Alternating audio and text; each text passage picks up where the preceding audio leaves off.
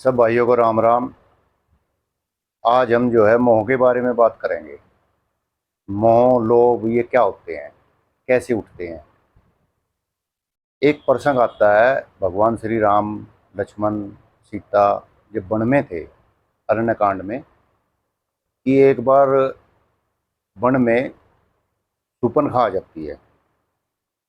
तो शूर्पणखा की भगवान राम और लक्ष्मण जी थे, सीता, तो जब वो वहाँ आके उत्पात मचाने लगी तो लक्ष्मण जी ने उनकी नाक काट दी और वो वहाँ से रोती पीटती चली गई। तो उसके रावण के बहुत बड़े सेना नायक थे, खरदूषण, उनके पास गई और उनके साथ 10,000 की सेना रहती थी। तो जब उन्होंने भगवान राम पे हमला किया तो भगवान राम ने उन सबको मार दिया। तो मारने के बाद में भगवान राम ने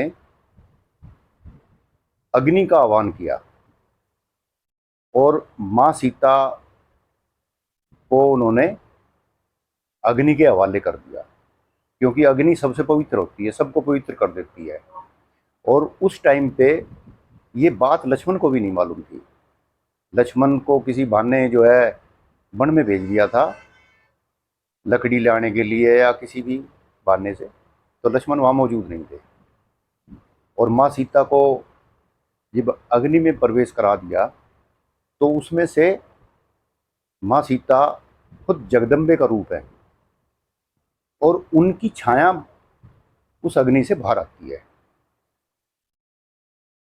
तो जो माँ सीता की छाया थी वो उनके साथ रहने लगी।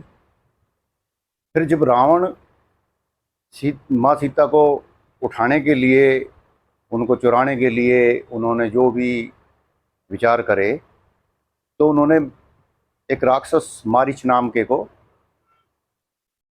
सोने का हिरण बना के वो कुटी के सामने भेज दिया।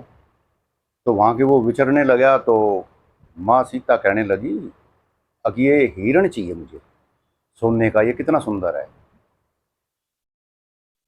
और वो ही सीता जो पूरा राज सुख छोड़ के और भगवान राम के साथ वनों में आई, जिन्होंने राज को भी त्याग दिया, और वो एक सोने के हिरण में मोह फंस जाता है, उनका लोभ फंस जाता है। वो माँ सीता का नहीं था, वो उनकी छाया का था। और वो भगवान राम को प्रेरित करती है कि इसको मुझे चाहिए ये, और इसको लेके आओ। और फिर उसके बाद में रावण आता है, माँ सीता को ले जाता है। और जब रावण का वध करने के बाद में जब माता सीता वापस आती है तो लक्ष्मण को आदेश देते हैं कि भाई आप जो है चिता तैयार करो। और लकड़ियों की चिता तैयार की और उसमें माँ सीता को प्रवेश नहीं कराया था, उसकी छाया को प्रवेश कराया था, क्योंकि वो अग्नि के सुपुर्द थी। तो उसको लाने का भी वही तरीका था, अग्नि को प्रकट किया और उससे माँ सीता अपने रूप में आई जो जगदम्बे थी। तो लोभ में और इसमें अंतर किस चीज़ का आया? छाया का।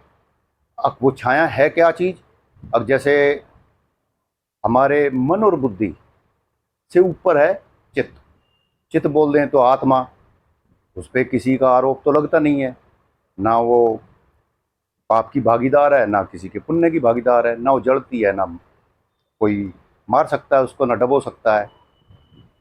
उसके अंदर ना किसी चीज़ का लोभ होता है, तो वो उन चीज़ों से परे होती है।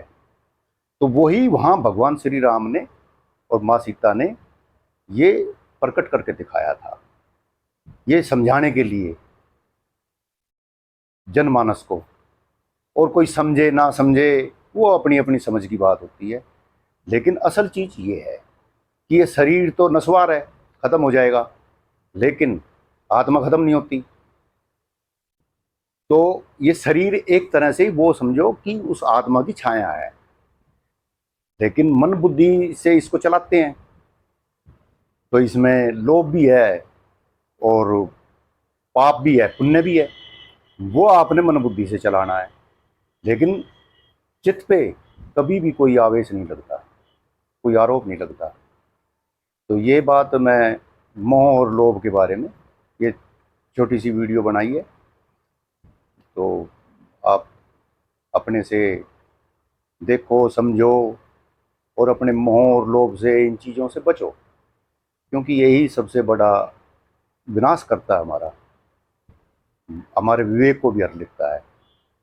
तो ये सब अपना ध्यान रखो, स्वास्थ्य का ध्यान रखो, खुश रहो। धन्यवाद।